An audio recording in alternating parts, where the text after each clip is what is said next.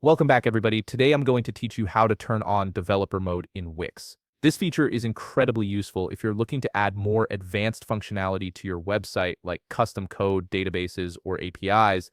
If you want to get started on Wix, you can click on the link in the description down below. Let's dive right in. First, you'll need to go to the Wix website and log into your Wix account. Once you're logged in, you'll land on your Wix dashboard. From here, look at the left navigation menu and click on Site and Mobile App. When you click this, a drop-down selection will appear showing you all the websites currently linked to your account. This is where you'll choose which site you want to enable developer mode for. Now from this drop-down, you can preview the website settings you have.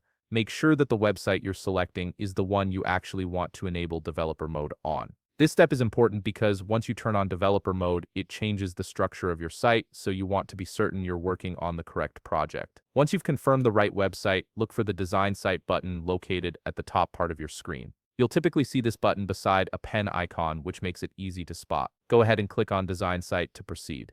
After clicking that button, you'll now be directed to the Wix website editor screen. This is where the magic happens. The process from here is pretty straightforward. Simply locate the Dev Mode option on the top left part of your screen and click on it. When you do, you'll see the Velo Dev Mode drop-down menu appear. From that drop-down, click on Turn on Dev Mode. Once you've clicked it, Wix will enable developer mode for your site. You'll notice that the left side navigation menu will change into Developer Tools. These tools give you much more flexibility to customize your website beyond the standard drag and drop editor. You'll now have access to features like the code panel, database collections, and the ability to add custom interactions. And that's it. You've successfully enabled developer mode in Wix, giving yourself access to a whole new level of customization and control over your website. If you found this video helpful, please leave a like, subscribe, and see you in the next video.